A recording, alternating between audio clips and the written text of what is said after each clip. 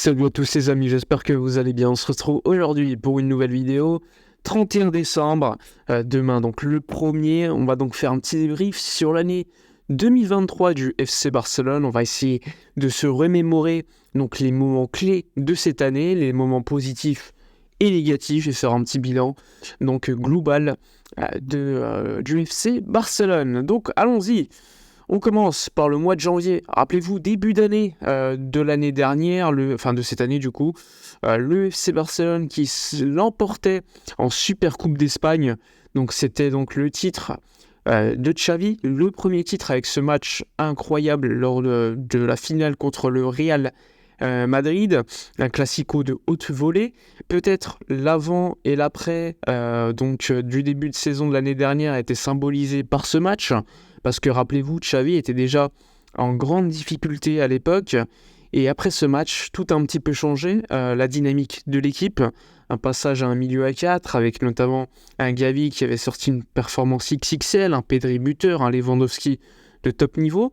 Et le Barça avait donc gagné sous Xavi ce fameux titre importantissime qui constituait le début d'une petite histoire en termes de titres pour Xavi, ce qui a été en plus par la suite confirmé avec ce fameux championnat d'Espagne, avec une deuxième partie de saison dominée largement le championnat, alors que la première saison, première moitié de saison était avec pas mal de difficultés, l'élimination en Ligue des Champions en plus, donc très très tôt, l'Europa League pareil, donc c'était vraiment, selon moi, le moment clé de la saison dernière, cette victoire en Super Coupe d'Espagne, qui a été continuée par cette victoire en championnat, en Liga, avec une domination assez claire, un Barça qui avait gagné le fameux Classico, même en championnat, avec une victoire 2-1, le but de Kessie en fin de match. Il faut se rappeler également de cette seconde partie de saison où le Barça a beaucoup de blessés en fin de saison, et malgré un bon résultat au match aller en Coupe du Roi contre le Real Madrid en demi-finale, eh bien, la demi-finale retour à domicile se déroulera évidemment de manière dramatique avec un 4-0 pour le Real Madrid. C'était quand même assez significatif. Un des moments négatifs de la saison, c'est aussi ça, il faut en parler. Donc un Xavi qui avait remporté quand même 2 titres lors de ce début d'année 2023, malgré des moments négatifs avec ses scores parfois malencontreux, où le Barça était largement dominé, mais avec, on va dire, une fin de saison où il y avait quand même des aspects positifs. Mais ces aspects positifs amenaient à être très très attentifs à la saison d'après, donc la saison 2023-2024, où là, on attendait beaucoup plus de jeux du Barça après quelques matchs réussis globalement, mais encore une fois, de manière générale, beaucoup de déceptions dans le jeu. On attendait beaucoup plus, et finalement, eh bien, on l'a vu cette demi-saison, le FC Barcelone a fait un mercato, on va dire, très très peu coûteux, avec Oriol Romeu étant le seul joueur qui avait coûté de l'argent, à 3 millions d'euros. Le reste avait été des recrues comme Inigo Martinez, Gundogan, des joueurs qui, selon moi, en tout cas, lors de cette première demi-saison pour eux, sont quand même plutôt intéressants, même s'ils peuvent faire mieux à mon goût. Donc un mercato qui globalement n'était pas, on va dire, positif, parce que le Barça, pour être compétitif à tous les plans, a un effectif trop court, selon moi. En cas de blessure, ça peut mal tourner, on le voit avec l'absence de Gavi, l'absence répétée également de Pedri, un Lewandowski qui est sur la continuité de son année 2023, cette première partie post-Coupe du Monde où ça se déroule pas bien pour lui. Donc également en termes d'individualité et de collectif, ça ne s'est pas amélioré pour le Barça. Donc beaucoup de points à améliorer en termes de jeu. En termes de mercato, le Barça a fait un petit peu, on va dire qu'on a passé le mercato d'été sans trop de dépenses, en espérant pour plus tard pouvoir le faire. Le Barça finit la saison d'ailleurs avec un exercice comptable largement bénéficiaire, à plus de 300 millions d'euros, mais évidemment avec un budget beaucoup plus réaliste sur la saison 2023-2024, étant donné qu'il n'y avait plus ces fameux deals économiques, les fameuses palancas, comme on les appelle.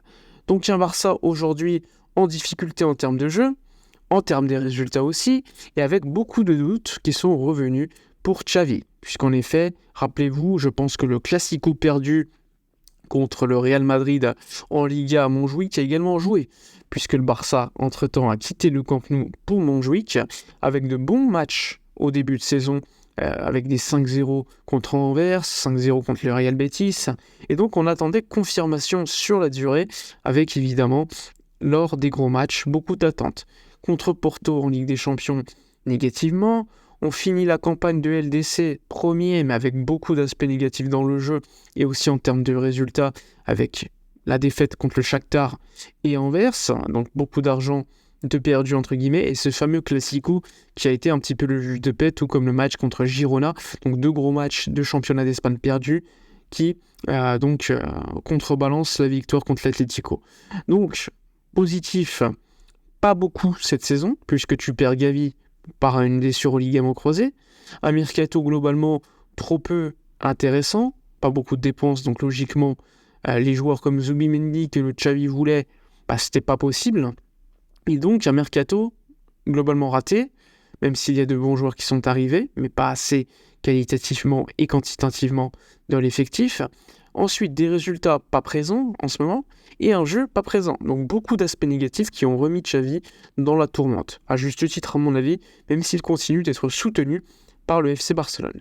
Cette année 2023 marque aussi l'arrivée de Victor Roque, le joueur brésilien qui arrive avec pas beaucoup de hype, même si c'est un joueur qui a coûté plus de 30 millions d'euros. Il s'agit d'un joueur qui, en ce moment, est très très over-hypé, puisque Lewandowski est dans une situation difficile, et donc beaucoup de supporters attendent de lui qu'il fasse un petit peu le super-héros et nous sauve de Robert Lewandowski. Bon, il faut oublier cela à mon avis, je pense que Lewandowski continuera de jouer de manière régulière et que Victor Roque, son rôle va être d'apprendre. D'ailleurs, la direction sportive a mis sur son plan de route un plan pour Victor Roque, s'adapter à la ville. Pour un Brésilien, c'est toujours compliqué également, même si ça reste Barcelone et l'Espagne. S'adapter au jeu, puisqu'il vient d'une équipe comme l'Atlético Paranaense qui était largement dominée dans le jeu, pas beaucoup une équipe de possession, mais c'est un joueur qui marquait quand même pas mal de buts. Donc ça c'était quand même plutôt positif, puisque la grande problématique du Barça aujourd'hui, en plus du jeu, globalement, c'est également la non-efficacité dans les 2 zones, que ce soit défensivement et offensivement. Donc là aussi, 2 zones de travail à fixer pour cette année 2024, qui va s'avérer très très intense, puisque, on le sait, en fin de saison, un nouveau bilan sera fait et le départ de Xavi, s'il n'y a pas de changement en termes de jeu ou de résultats, sera acté. Également un mercato attendu, que ce soit au mois de janvier ou plus largement en été, un mercato qualitatif et quantitatif est selon moi attendu. Il faudra évidemment voir si le fair play financier nous le permet, puisque le Barça depuis déjà de longues années, ça devient assez rébarbatif et assez chiant, est toujours bloqué par ce fameux fair play financier. Mais à un moment donné, il va falloir s'en détacher et à réussir à vendre des joueurs de manière intéressante pour pouvoir recruter à l'inverse de manière intéressante. Donc là aussi, une autre attente que j'ai pour cette année 2024. Voilà pour les grosses lignes de cette année 2023. Un bilan tout d'abord positif, puis largement contrasté avec la fin de l'année, la seconde partie, on va dire, depuis juin. Donc beaucoup de points négatifs, un axe de progression largement présent, donc on va attendre ça, juger en fin de saison, mais d'ici là, espérons évidemment que l'équipe ainsi que les joueurs remontent la pente. Voilà pour la vidéo de la journée, dites-moi votre avis dans les commentaires, likez, commentez, partagez, moi je vous dis à la prochaine et d'ici là, comme d'habitude, portez-vous bien.